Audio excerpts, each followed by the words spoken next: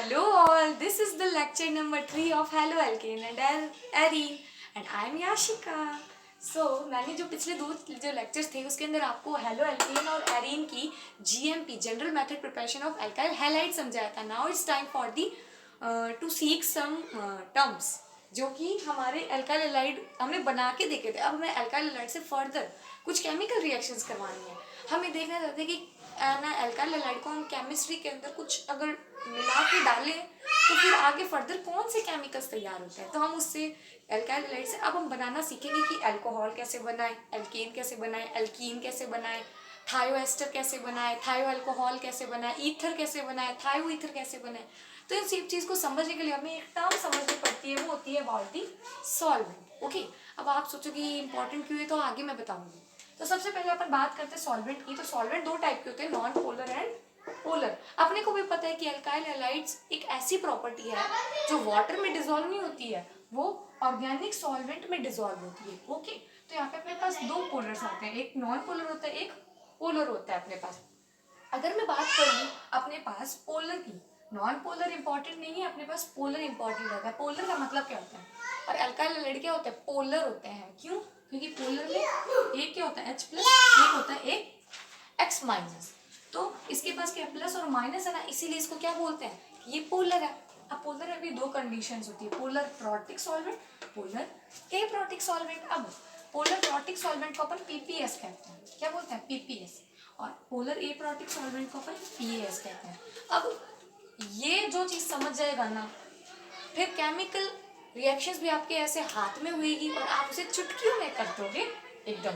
तो देखो क्या, पोलर प्रोटिक सॉल्वेंट के अंदर क्या होता है, इसके अंदर हाइड्रोजन जो है वो एक FON फोन से अटैच होता है, या तो वो F से अटैच हो गया, O से या N से, ऐसे करके हाइड्रोजन. और जिसमें नहीं होता है इनसे अटैच, उसको हम PAS कह देते हैं. ठीक है, मतलब PAS पोलर एप्रोटिक सॉल्वेंट, इसमें क्या जुड़े हुए नहीं है इससे. अब इसके कुछ एग्जांपल्स जैसे लाइक FON क्या है, तो FON के अंदर देखो H2O को तोड़ोगे तो H प्लस OH माइनस, ये कुछ इस तरीके से टूटेगा. जिसके अंदर आप एक चीज देख पा रहे हो कि H जो है वो O के साथ जुड़ रहा है, तो क्या ये दोनों नहीं जुड़ रहे हैं, और हम यही चाहते थे कि H किसके जुड़ रहे हैं, इसके साथ. वैसे इसके साथ देखो OH, इनको तोड़ेंगे तो क्या होएगा, O और ये H अलग होंगे, उससे क्या होएगा, अपने पास यहाँ पे H और O फिर जुड़ गए तो ये PPS हो गया. NH3 के अंदर भी क्या है, N और H जुड़ रखे हैं, वो यहाँ पे भी सेटिस्फाई हो रही है कंडीशन, और R2NH में भी सेटिस्फाई हो रही है. जिसमें यहाँ देखो, यहाँ ऐसा कुछ भी नहीं हो रहा है, यहाँ टूटेगा ना तो भी कुछ नहीं हो पाएगा. ठीक है ना, ये होता है हमारा एसीटोन. ठीक है ना, और ये DMF है, इसका नाम पूछ सकते हैं, डाई मिथाइल फॉर्मालामाइड. तो ये अगर आपको समझ आएगा ना, तो मैं आपको एक फर्दर एक टेबल समझाऊंगी. वो टेबल अगर आपको समझ आ गई ना, सारी केमिकल रिएक्शंस फटाफट हो जाएंगी अपनी, और आपको मैं लर्न करवा दूंगी. तो सॉल्वेंट रिवाइज करो मेरे साथ. सॉल्वेंट कितने टाइप के, नॉन पोलर, पोलर.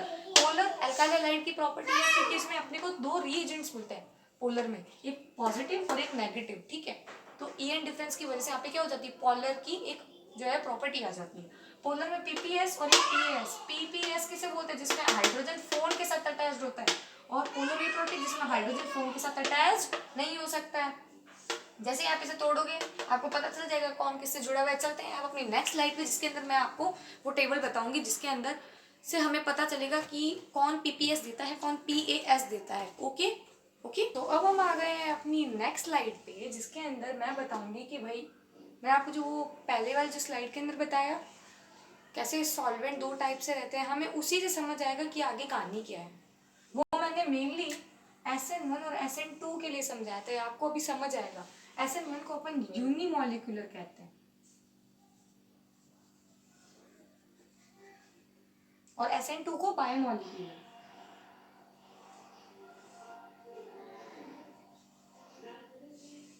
ये हमारी केमिकल जो प्रॉपर्टीज है ना, उसके पार्ट है अल्काइल हैलाइड के.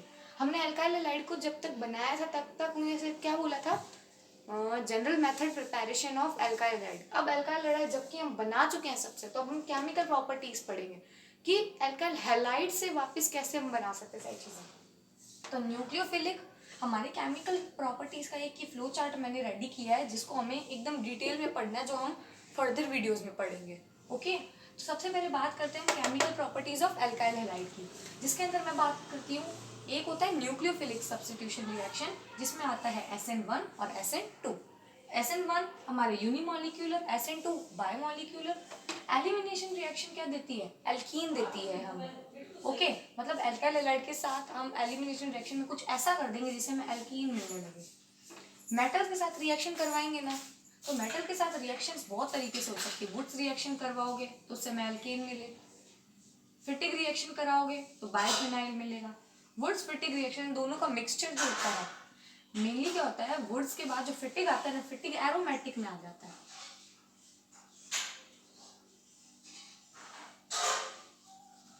तो इसमें क्या होता है, वुड्स फिटिक पूरे के अंदर एरोमेटिक भी होएगा और एक एल्काइल पार्ट भी होएगा, तो वुड्स फिटिक रिएक्शन।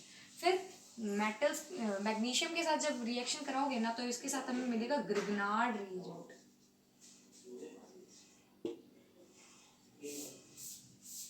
जिसे हम RMgX कहते हैं। तो वो हमें किससे मिलेगा? जब हम मैग्नीशियम, हम बोलते ना कि ना अल्कोहल के चैप्टर में ना ग्रिग्नार्ड रिएजेंट से रिएक्शन करा रहे हैं, वो कैसे बना? तो ऐसे बना। तो रिएक्शन विद Zn भी आता है, जिससे हमें क्या मिलता है? फ्रैंकलैंड रिएजेंट मिलता है। जिंक डाइहाइलाइड मिलता है बेसिकली तो हमें, है ना, तो वही हमारा क्या होता है, तो हमें फ्रैंकलैंड रिएजेंट मिल जाता है। किससे मिल जाता है? Zn के साथ रिएक्शन करने से। और ये जो है सोडियम और लेड के अलॉय के साथ रिएक्शन कराओगे तो हमें फर्दर चीजें मिलती हैं। और मेटल्स के अंदर एक लास्ट आता है रिएक्शन विद Li। और केमिकल रिएक्शन में लास्ट प्रॉपर्टी रहती है हमारी रिडक्शन की, जिससे हमें एल्कीन मिलता है। तो एल्कीन आप देख रहे हो, एक तो यहाँ से मिल रहा है, यहाँ से मिल रहा है ना, ऐसे करके हमें मिल रहा है। तो फटाफट मेरे साथ एक बार रिवाइज कर लो chemical properties of alkyl halide, इससे बाहर कुछ नहीं है।